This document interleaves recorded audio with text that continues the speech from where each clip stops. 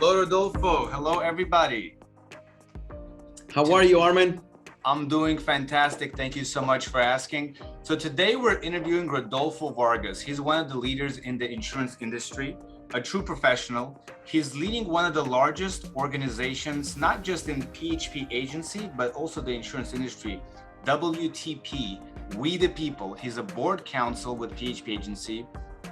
He is one of the co-founders, field advisory board, and really a business coach and a mentor to many, many others. Now, for those looking for guidance and for mentorship, this is definitely somebody that you're gonna wanna follow and look for online. Now, Rodolfo, thank you so much for taking the time. I know you're super busy with life, family, business. Really means a lot you taking some time to share some of your experiences and ideas with everybody. Thank you. I appreciate, and I appreciate you for inviting me over here to the recording and to the video, because I'm telling you what you're doing is very important for the community. It's very important what you do for the company, for the people who need your services. So I appreciate you, Arman. Feeling is mutual, brother. Thank you so much. So let's just jump right in. Rodolfo, many of our viewers that will be watching the interview, are struggling potentially with some sort of debt and financial, challenges that potentially preventing them from, exploring their options, exploring their potential. And the version of success, the version of that you are today, obviously we know you pour a lot of effort and development and growth. But I want to talk about the version when you got started in entrepreneurship and in business. And were you dealing with some sorts of financial challenges then, or some type of debt that was affecting your decisions potentially? And just really share your journey, like how you got started and what's going on. So if you can share with everybody a little bit about your story, how you got started. This topic about debt has always been there with me. Okay, I'm an immigrant from El Salvador, and I came into the U.S. Like my family, we never talk about debt.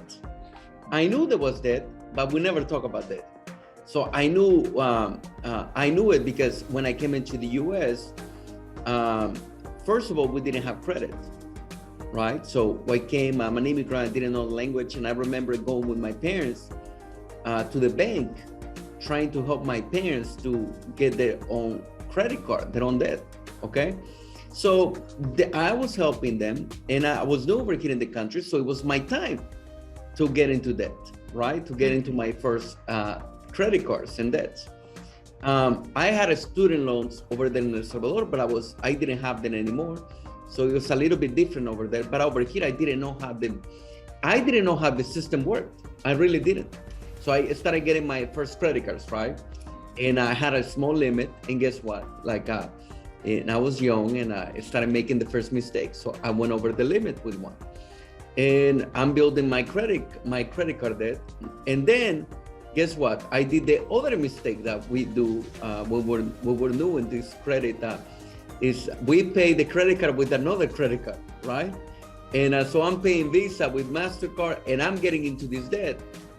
And that was my time to, when I wanted to start in the business, when I was new, when I got the chance to meet Patrick and David, and I understood the vision of PHP. And I remember going to the first meeting, and they always talk about financial education. I didn't know how to get out of debt. I have this big debt in credit card debt.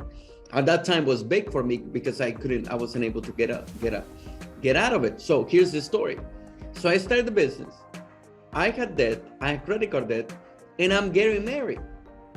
So when I was getting married, Ceci, one of the first questions you want to talk with, you fall in love and everything, then you start talking about money. And all of a sudden we're getting ready for marriage. And I had to tell Ceci, hey, listen, we have this debt. Well, I have this debt, not you. I have this debt. And be honest with you, one of the major benefits of doing this business, or what you do, is learning about money. So I learned about money, and thank God I was able to get out of debt after learning the business and after learning how to handle my credit cards. But I'm gonna tell you, debt has been around with me for the longest time, since I was a kid, before getting married, before starting in the business. And I'm telling you, many people don't People say, I don't know how to start my own business. People don't know how to start their own business because we have this other debt that we need to take care of. So I'm gonna tell you, if there is an expert in making mistakes with credit cards, that's me. And I'm glad that I learned how to get out of it. That's a great point of view, brother, and I really appreciate you sharing that. You know, the reality is that we've all made those mistakes, and sometimes we make them more than once, but hopefully 2 times max, and that's it, right? So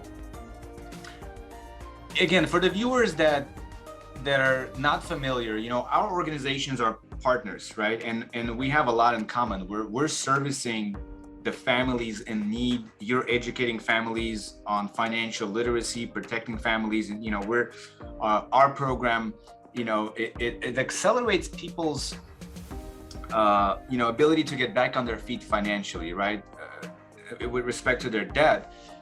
And what we're learning is that debt is kind of an embarrassing topic, right? Some people are ashamed of talking about it. And, you know, from the hundreds of millions of dollars of debt that we were able to offer, debt relief that we were able to offer as a result of our partnership, you know, one of the things that your organization, We the People, does exceptionally well is it's really consistent in referring families to us. And as a result, you're able to help more families. So my question for you, Rodolfo, is, you know, is it like, well, how do you inject debt into the conversation? What are you doing differently? And again, I don't want to make it a super loaded question, but like something you're doing consistently that's different. Could you please maybe elaborate on that a little bit? Yeah, Mina, average family carries 3.5 credit cards and over $16,000 in credit card debt. People before getting married, they have the credit card debt, they have the house debt, they have the car debt. You have all these different debt. You have the student loan debt. I remember having a conversation with my brother in the first day that he go to school. And that's the first day that he goes to school. He goes to school the first day. And guess what they're offering to these kids the first day that they go to school? Credit cards to these kids. And the kids don't work. The kids don't have a steady income. Some of them they work, but majority of them they just do something part-time because they started full-time. So they don't have a job. Before going to school, you see this. They have these tables. Say you want to apply for a credit card. So I see that every day. And one of my mentors is Jim Brown. You're familiar with it. And he says, you know, you can tell the burden that a family has when they have debt. You can tell. People walk different. People feel different when you go to places. But guess what? People also feel different when they get out of debt. They speak different. They walk different. Debt has a direct reflection on the feelings and the way that somebody is. Because we can imagine going to a meeting and knowing, oh my gosh, I need to pay all these bills and I'm not able to afford it. So what's the feeling? Every time I meet with families, we bring up this conversation. How you're doing with your finances? How you doing with the credit card debt? The other part is this. About this debt that I see in all these families. The interest rates on the debt, I see that every single day. I see some people and I said, oh, I only have, because the conversation with families is like this. I only have, I only have 5,000. I only have 10,000. But the next question is, oh, you only have that, but how much is your interest? Oh my gosh, I didn't know that. Is, you know, those interests is 18.9%, is 20%, it's 25%. It's sometimes it's so big. And so I see that every single day with the families. I see with families, I see with their kids that are going to college. I see that with people that are a little bit older. I give you this other story, okay? This lady comes to my office and she's 65 years old. And I'm asking her, basically the starting of the conversation was about insurance. Hey, do you have life insurance? Do you have family? Do you have this? And she wanted to buy insurance, but she says, listen, I have this big debt. And we started talking about the interest and everything, how much is it, the debt and everything.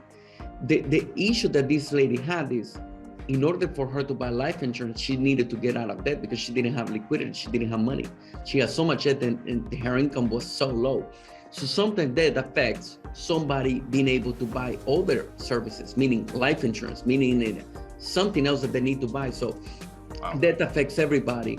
And I see that every single day that I see that.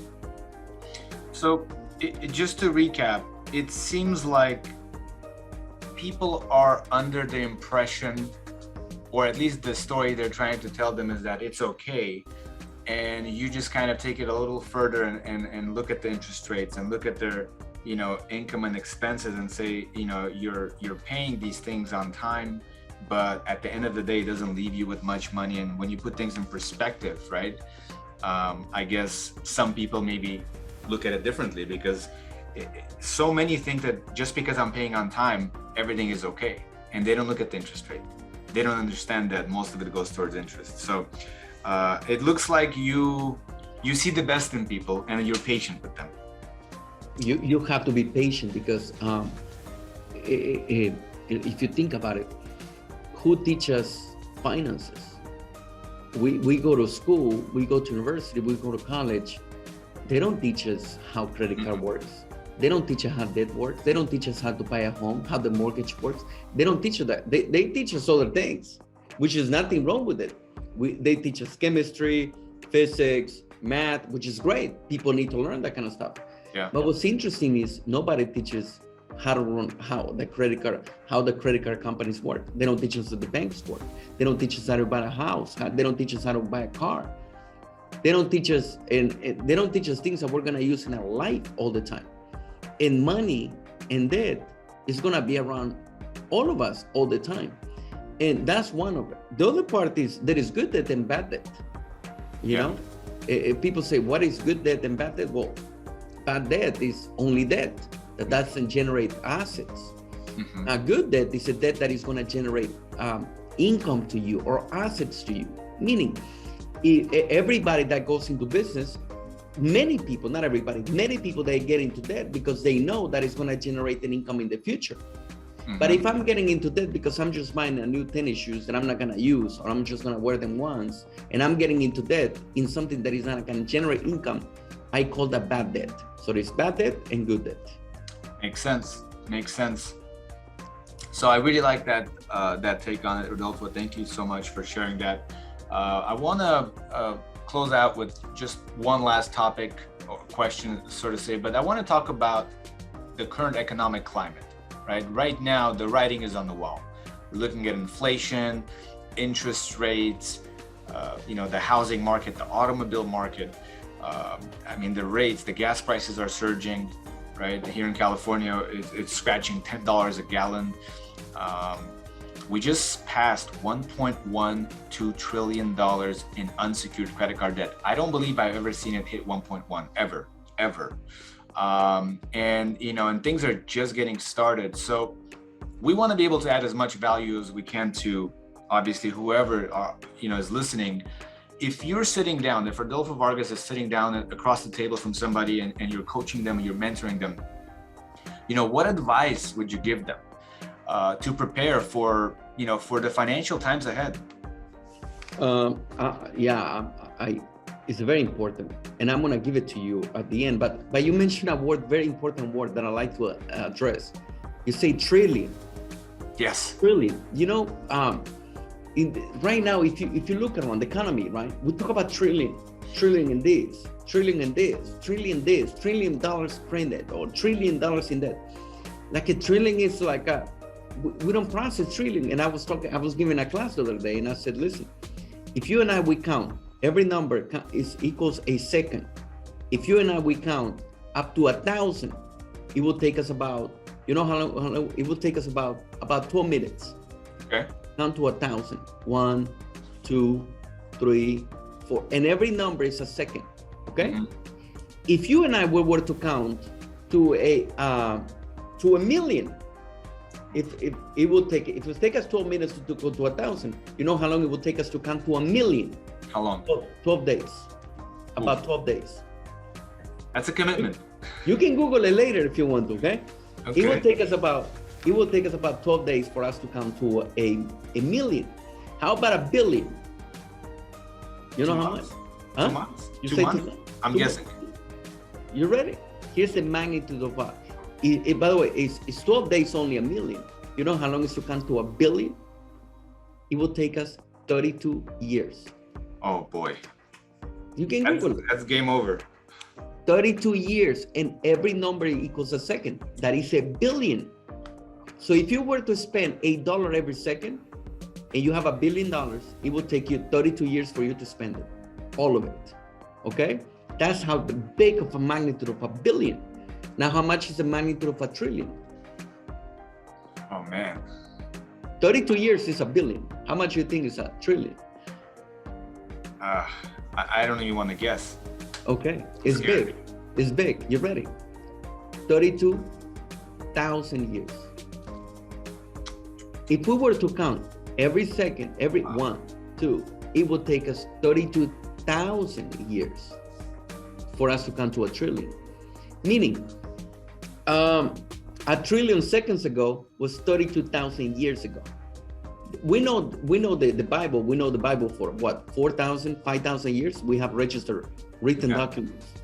Jesus was 2,000 years ago. This is 32,000 years ago, a trillion. How much is the debt? $1 trillion. It's a big number. Credit card. That's not even consumer debt. Consumer is like 20 trillion. Right? Or I don't know. 20, it's like billion is not cool anymore. It's trillion. That's a big number. So what's the word? What's the word? What do we need to do? If I were to simplify with one word, the credit card is, people don't like this word. People don't like to hear this word. Most people hate this word, but it is what it is. If you want me to tell it clearly how it is, the word is discipline. That's what people need. That's what we need. Hey, if I cannot afford it, don't spend it. If you cannot, and we're not used to that word. We live in America. We live in the U.S. This is the land of opportunity, right? So we learn how to spend our money. Yeah. Nobody's teaching us discipline.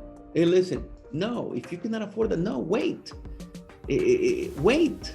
Let's go make the money first, and then we go into debt. So my word for people will be discipline. Discipline. I love that. I think that it's genuinely the piece that's missing in our financial education, right? Not knowing the consequences, but also not having the discipline to be able to save, accumulate assets, being, right? Like even with the way that the insurance products work, right? It compounds and then it starts to really take off, but it takes time and patience. So Rodolfo, man, hopefully, you guys got out of it as much as I did. I really enjoyed our conversation. For the viewers, again, if somebody wanted to, they watch this video and they're in your local town, or, they want to connect with you, what's the best way? What's the easiest way for them to connect with you on social media or whichever handle? Yeah, with me, social media, Instagram, Rodolfo Vargas Official. Send me a message, communicate, or on my YouTube channel, Rodolfo Vargas. You can communicate with me on YouTube or Instagram. Excellent.